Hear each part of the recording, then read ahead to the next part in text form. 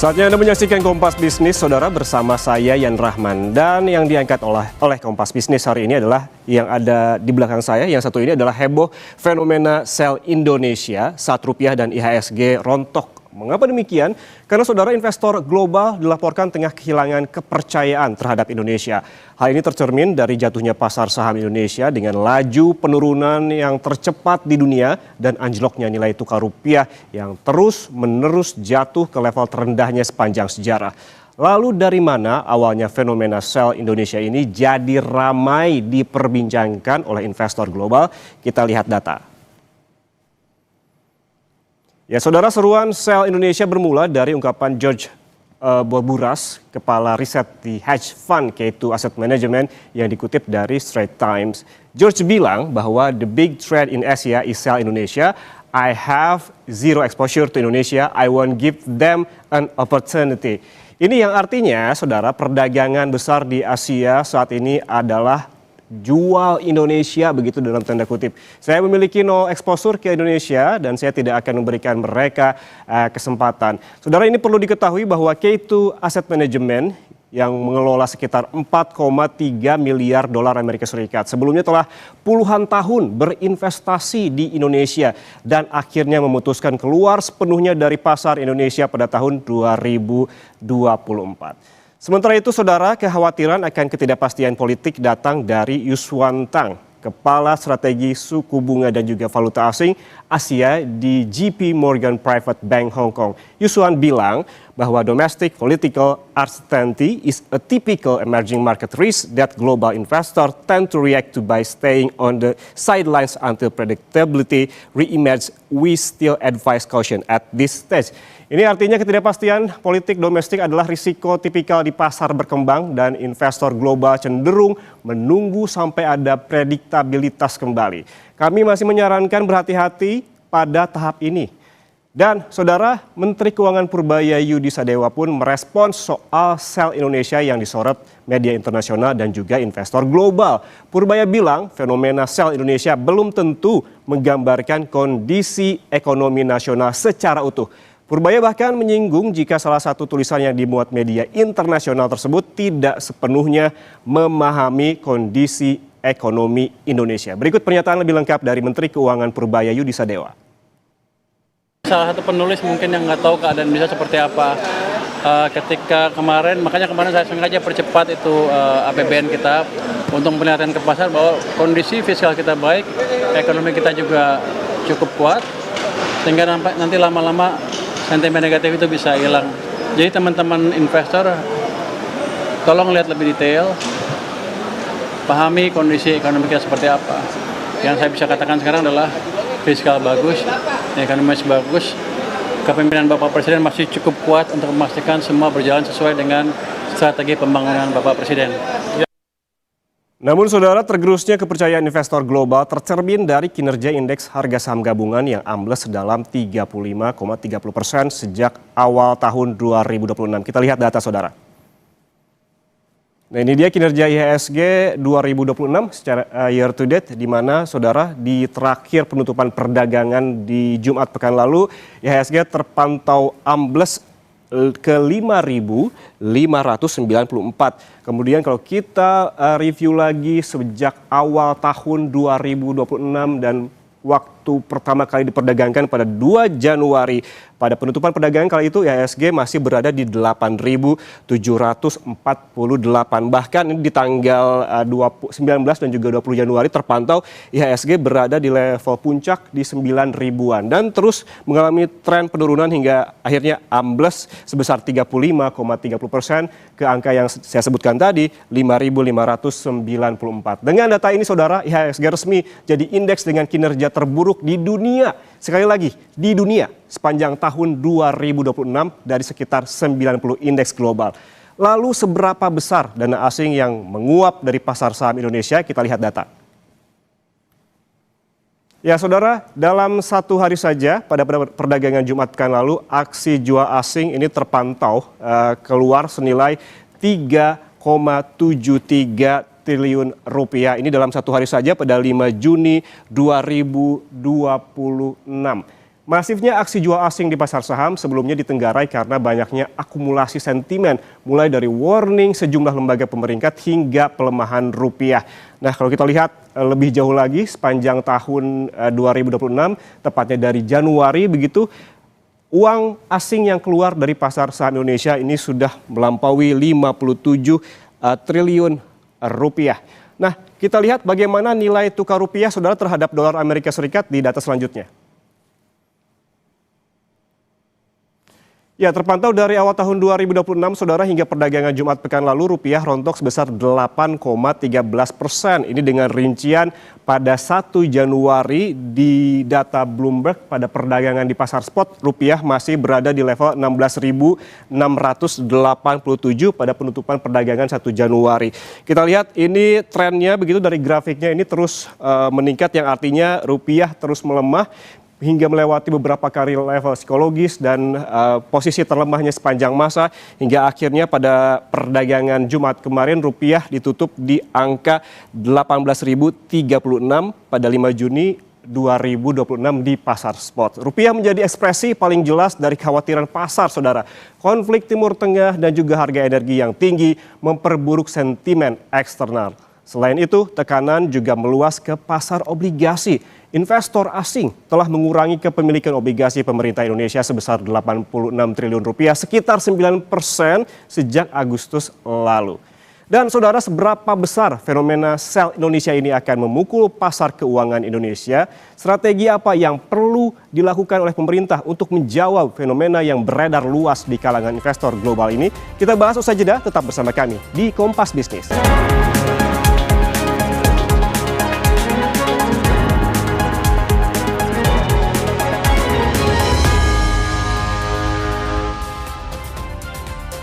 Saudara, ramai fenomena sell Indonesia di tengah investor global saat rupiah melemah ke 18.000 per dolar Amerika Serikat dan IHSG juga rontok. Kondisi ini membuat pasar keuangan Indonesia kehilangan uang triliunan rupiah. Strategi apa yang perlu dilakukan oleh pemerintah kita? Dan juga kita bahas bersama David Sutianto, Ketua Umum Perkumpulan Analis Efek Indonesia. Mas David, selamat pagi, apa kabar? Selamat pagi. Mas David, ini menurut Anda, seruan sell Indonesia di kalangan investor global akan seberapa besar memperberat kinerja IHSG terutama di awal pekan ini?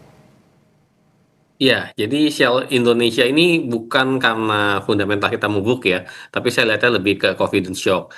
Nah, dalam hal ini memang kalau bicara tentang confidence, itu adalah bagaimana langkah kita bisa kembali meyakinkan investor-investor tersebut. Kalau investor itu tidak diyakinkan dengan baik, ya wajar kalau mereka terus melakukan aksi jual, yang hingga hari ini aksi jual itu juga tetap dilakukan dan rupiah juga saat ini juga semakin besar tekanannya. Kalau kita lihat tadi ada aksi jual di penutupan perdagangan Jumat pekan lalu ini sekitar 3 triliunan, dan kalau kita tarik lebih jauh lagi selama year to date begitu ya, di tahun 2026 ini ada lebih dari 50 triliun atau lebih tepatnya 57,63 triliun rupiah. Berarti dengan angka sebesar ini saja masih ada potensi keluar lebih besar lagi, Mas David. Ya, karena memang saat ini pasar sedang cukup melihat ya bagaimana posisi rupiah kita yang terus melemah, kemudian juga risk globalnya juga saat ini juga situasi sedang tidak terlalu baik ya.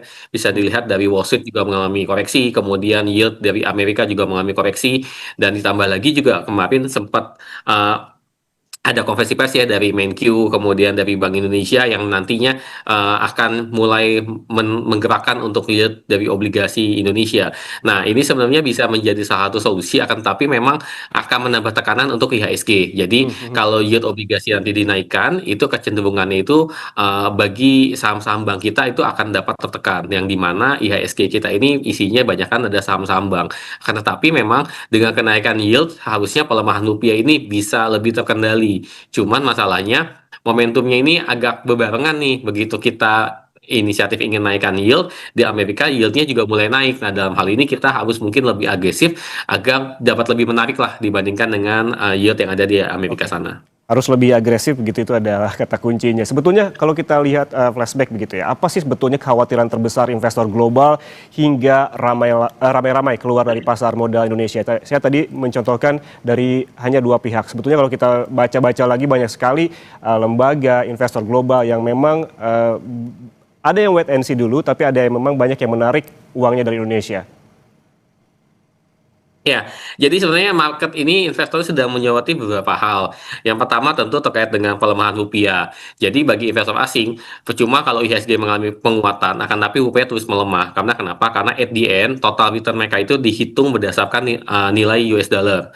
Nah, kemudian yang kedua, ada juga tekanan dari sisi fiskal. Kenapa? Karena kita tahu sendiri harga minyak masih cukup tinggi, dan di sini pemerintah Indonesia memutuskan kebijakan untuk tidak menaikkan harga BBM, yang dimana itu pasti akan meningkatkan beban subsidi energi akibat kenaikan harga minyak.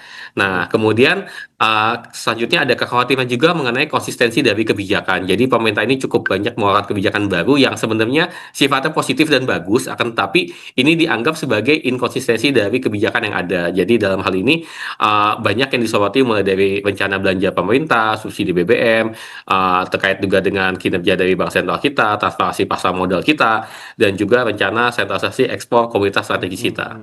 Ini Anda menyebutkan tekanan fiskal tadi, juga ada konsistensi kebijakan dari pemerintah. Disebutkan ini juga bahwa dipicu agenda populis dan juga intervensi dari pemerintah yang juga Anda sebutkan tadi. Kita ambil contoh lah salah satunya dari sekian banyak yang tadi Anda sebutkan. Terkait dengan ekspor sumber daya alam satu pintu melalui DSI. Ini kan tujuannya sebetulnya baik untuk menyelamatkan devisa negara dari praktik-praktik under invoicing. Mengapa ini juga memicu sentimen negatif di mata investor global menurut Anda? Ya, karena sebenarnya tujuannya pun baik ya, karena dalam hal ini juga nanti rencana dalam targetnya ini bisa meningkatkan untuk pendapatan negara, menghapus under invoicing yang sudah terjadi selama bertahun-tahun. Tapi mungkin karena dalam proses eksekusinya ini tidak terlihat cukup matang. Di antaranya adalah badan ini baru dibentuk, kemudian dari tanggal 1 Juni kemarin sudah mulai operasional, ada masa transisi, kemudian juga cukup banyak kesimpang siuran informasi yang ada, misalkan apakah nanti mereka akan mengutip fee atau tidak, kemudian mekanismenya bagaimana, dan bagaimana juga terhadap kontrak-kontrak existing jangka panjang yang sudah terjadi. Nah, itu skemanya akan seperti apa. Nah, hal-hal semacam inilah yang perlu segera diklarifikasi agar investor melihatnya lebih konsisten gitu. Kalau sekarang banyak pandangan yang menganggap, oh ini kebijakannya ini bisa ada kebijakan baru yang berdampak signifikan yang mereka tidak bisa antisipasi. Padahal yang namanya investor itu ingin semuanya itu punya kepastian. Artinya mereka ingin, kalau bisa mereka ingin bisa memproyeksikan atau memprediksi bagaimana Indonesia bergerak untuk 5 tahun ke depan misalkan. Nah, kalau tiba-tiba di tengah jalan ini ada perubahan regulasi yang cukup signifikan, itu pasti akan menimbulkan shock, dan itu akan selalu kita bisa melihat dari masa lalu, setiap kali ada regulasi yang berubah dan sifatnya cukup signifikan, marketnya pasti shock. Nah, dalam hal ini di tengah situasinya sudah tidak menentu, kita menambah ketidakpastian lagi, dan itu sebabnya pasar bertindak cukup defensif. Di antaranya adalah asing mulai mengurangi posisi di Indonesia.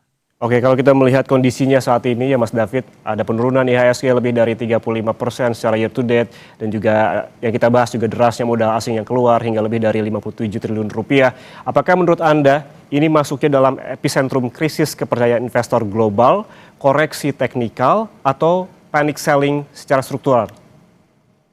Ya, kalau kita bilang ini koreksi sementara, tidak, karena sifatnya sudah cukup signifikan ya, sudah 35% turun dari level tertingginya. Kemudian juga kalau kita lihat dari tren pelemahan, biasanya itu IHSG itu 3 hari melemah, 1 hari itu ada rebound.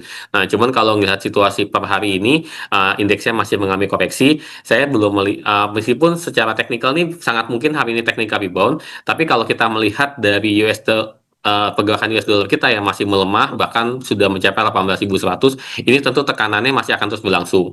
Nah, kapan tekanan ini akan berakhir? Tekanan ini akan bisa berakhir kalau misalkan pemerintah bisa memastikan risk premium yang diberikan oleh investor asing ya. Jadi kan kalau masuk investasi itu ada yang namanya risk premium. Nah, ini bisa dipenuhi dengan imbal hasil yang cukup memadai. Nah, dalam hal ini pemerintah tentu harus bisa memberikan mungkin stimulus terhadap bagaimana market ini bisa bergerak, kemudian juga bagaimana terhadap penjagaan stabilitas dari nilai tukar kita. Jadi kalau dua hal ini bisa dilakukan dan dijalankan dalam minggu ini, harusnya aksinya mungkin bisa segera mereda gitu. Oke, ada stimulus yang diperlukan agar market market bergerak. Tapi kalau kita menyinggung hal lain yang jadi concern investor global, Mas David, ini ada soal MSCI yang juga disinggung. Ada kekhawatiran downgrade dari emerging market ke frontier market. Apakah kekhawatiran ini menurut Anda beralasan? Ya, jadi ini merupakan suatu isu yang dilemparkan ya, padahal MSCI sudah menegaskan kita tetap ada di emerging market.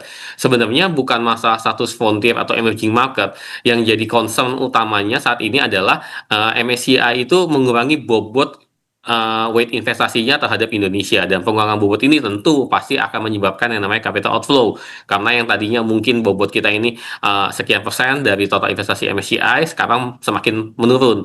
Nah, terkait dengan statusnya, saya rasa kita tetap akan berada di emerging market karena market Indonesia terlalu besar untuk di downgrade ke frontier. Akan tapi jangan senang dulu ya, biarpun tetap di emerging market. Kalau bobotnya terus dikurangi, kita tidak bisa mencegah capital outflow pasti akan terus terjadi gitu. Jadi dalam hal ini adalah bagaimana nanti bisa ada emiten-emiten yang baik, yang bagus, yang bisa menggantikan emiten-emiten yang baru saja dicoret dari indeks MSCI itu sendiri.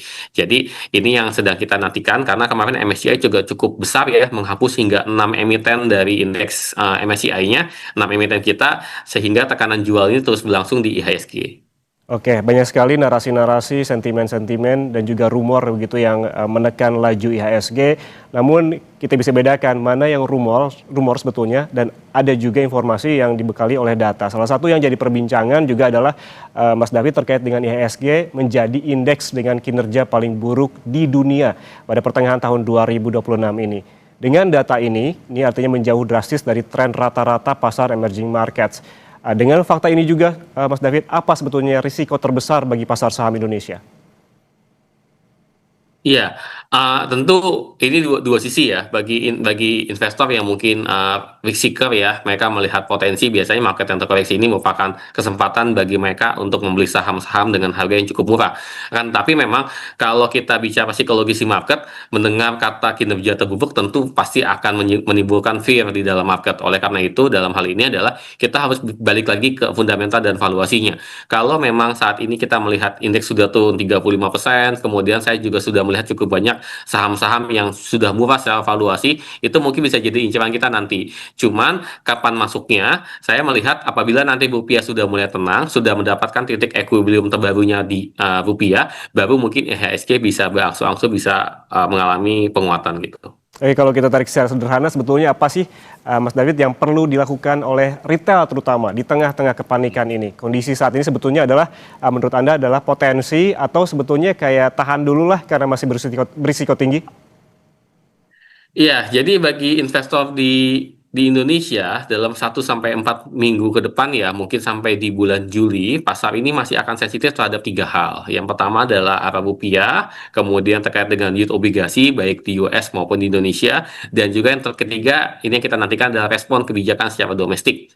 Apabila rupiah masih bertahan di atas 18.000 dan cenderung masih melemah, ini biasanya IHSG pasti tetap akan mengalami tekanan. Tapi apabila nanti BI dan juga Kemenkyu dalam koordinasi KSSK ini berhasil menstabilkan rupiah dan yield domestik kembali inflow, maka technical rebound itu akan kembali terbuka, dan nanti kalau sudah rebound mungkin IHSG bisa kembali ke level 6.000, dan disitulah kesempatan kita untuk bisa masuk. Jadi dalam hal ini kita harus lihat secara jangka pendek market kita masih volatile. Kita harus lihat apabila nanti rupiahnya sudah mulai terkendali, kemudian juga investornya sudah mulai masuk kembali, nah inilah kesempatan kita untuk bisa masuk ke dalam IHSG. Oke, berarti ada beberapa hal yang perlu diperhatikan terkait dengan rupiah, yield obligasi, dan juga respon dari kebijakan pemerintah. Tadi Mas David sempat beberapa kali menyinggung terkait dengan sektoral, begitu termasuk big banks. Ini kalau kita lihat kan ini terkoreksi lumayan dalam begitu dan jadi pemberat dari IHSG. Analisis Anda, apakah koreksi ini akan terus terjadi in general di big bank saja atau justru di semua sektor? Kalau kita lihat data kan hampir semua sektor ini negatif. Iya, aksi jualnya memang merata di semua sektor. Akan tetapi biasanya kalau terkait dengan kebijakan ekonomi, biasanya sektor-sektor terkait perbankan ini yang biasanya paling cukup berdampak ya, karena pelemahan nilai tukar, kemudian juga kenaikan yield, ini pasti akan berdampak terhadap sektor perbankan sendiri. Meskipun memang secara luas dampaknya ini hampir ke seluruh sektor. Nah, adapun sektor yang diuntungkan itu adalah terkait dengan komoditas. Nah, tapi komoditas ini juga punya isu sendiri, yaitu adalah terkait dengan pengelolaan SDA-nya. Nah, oleh karena itu itu kalau nanti kita melihat dari sektornya masing-masing, memang perbankan ini merupakan sektor yang paling menarik ya kan, tapi nanti kalau yieldnya sudah stabil, kemudian rupiahnya sudah stabil, saya yakin perbankan ini bisa segera rebound. Meskipun memang untuk perbankan swasta ya, karena ada kebijakan devisa hasil ekspor ini tetap di Bank Himbara, mungkin tidak akan sekuat sentimen di bank-bank Himbara. Kan tapi sektor-sektor lain mungkin yang masih cukup baik untuk dilihat, misalnya dari sisi telco, kemudian juga consumer good biasanya masih cukup defensif ya, dan terakhir energi dan komoditas. Karena bagaimanapun kalau nilai tukar kita melemah, biasanya energi dan komoditas ini mendapatkan sentimen positif yang cukup besar. Oke, artinya sangat perlu diperhatikan begitu dari sisi sektoral juga, bahwa di tengah pelemahan IHSG ada beberapa sektoral yang kemungkinan gitu ada potensi untuk positif gitu, termasuk tadi di komoditas. Terima kasih